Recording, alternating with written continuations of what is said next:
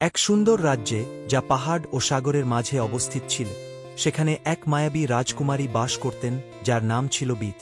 রাজকুমারী বিথি তার কোমল মন আর সব প্রাণীর প্রতি ভালোবাসার জন্য বিখ্যাত ছিলেন।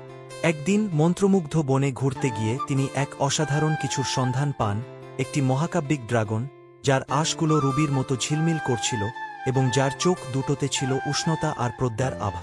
তার নাম ছিল ড্রাকোনিস এবং তিনি ছিলেন বনরক্ষক। প্রথমে বিথি একটু ভয় পেয়েছিলেন।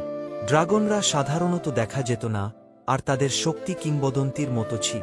কিন্তু ড্রাকোনিস তার বিশাল মাথা নত করতেই বিথি তার সৌজন্য বুঝতে পারলেন।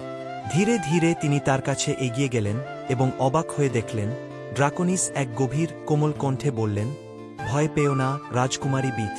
আমি বহু বছর ধরে এই বনের রক্ষা করছি, আর আমি জানি তোমার কোমল হৃদয়ের কথা। সেই দিন থেকেই রাজকুমারী বিথি এবং ড্রাকোনিস ঘনিষ্ঠ বন্ধু হয়ে গেলেন। তারা গল্প শেয়ার করতেন এবং একসঙ্গে হাসতেন, এক গভীর বন্ধনের মধ্যে মমতা ও শুভেচ্ছা আবিষ্কার করলে। শীঘ্রই শহরের লোকেরা বনে পরিবর্তন লক্ষ্য করল। ফুলগুলো আরও উজ্জ্বলভাবে ফুটছিল, নদীগুলো আরও ঝলমল করছিল, আর সব ধরনের প্রাণী একসঙ্গে সুখে বসবাস করছি।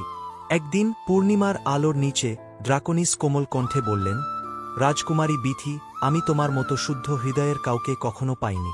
তুমি কি আমার জীবন সঙ্গিনী হিসেবে আমার সঙ্গে পথ চলা করবে? বিথির হৃদয়ে আনন্দে ভরে তিনি মাথা নাড়লেন এবং অনুভব করলেন তারও ড্রাকোনিসের প্রতি গভীর প্রেম জন্মেছে। সারা রাজ্যে রাজকুমারী এবং ড্রাগনের বিয়ের খবর দ্রুত ছড়িয়ে পড়ল। বিয়ের প্রস্তুতি ছিল মায়াবী। পরীরা পথগুলোতে ঝিলমিল ধুলো ছড়াল, ইউনিকর্নরা দূরদূরান্ত থেকে ফুল নিয়ে এল, এমনকি মেঘগুলোও আকাশে নাচছি। বিয়ের দিনে মন্ত্রমুগ্ধ জগতের সব অতিথিরা উপস্থিত হল। পরীরা বিথিকে নক্ষত্র আর চাঁদের আলো দিয়ে তৈরি গাউন পরাল, আর ড্রাকোনিস পরলেন বন থেকে সংগ্রহ করা পাতার মুকুট। বিথি যখন ড্রাকোনিসের দিকে এগোলেন, তিনি তার বিশাল ডানা নামিয়ে দিলেন এবং বিথি তার পিঠে চড়ে বসলেন।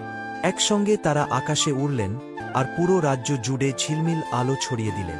ফিরে এসে তারা একে অপরকে প্রতিজ্ঞা করলেন যে তারা সবসময় একে অপরকে ভালোবাসবেন এবং রক্ষা করবেন মন্ত্রমুগ্ধ বনকে। বছর পার হল এবং রাজকুমারী বিথি এবং ড্রাকোনিস ভালোবাসা ও প্রজ্ঞার সাথে শাসন করলে। তাদের দুটি মায়াবী সন্তান জন্ম নিল, একটি কন্যা যার নাম লুনা, যে প্রাণীদের সঙ্গে কথা বলতে পারত, এবং একটি পুত্র যার নাম ওরিয়ন, যে এক স্পর্শে ফুল ফুটিয়ে তুলতে পার। তাদের যত্নে রাজ্য আরও সমৃদ্ধ হল এবং মন্ত্রমুগ্ধ বন আরও সুন্দর হয়ে উঠল। এভাবে রাজকুমারী বিথি এবং ড্রাকোনিস সুখে চিরকাল বসবাস করলেন, আর তাদের ভালোবাসা পরবর্তী প্রজন্মের জন্য আলো এবং জাদুর প্রতীক হয়ে রইল।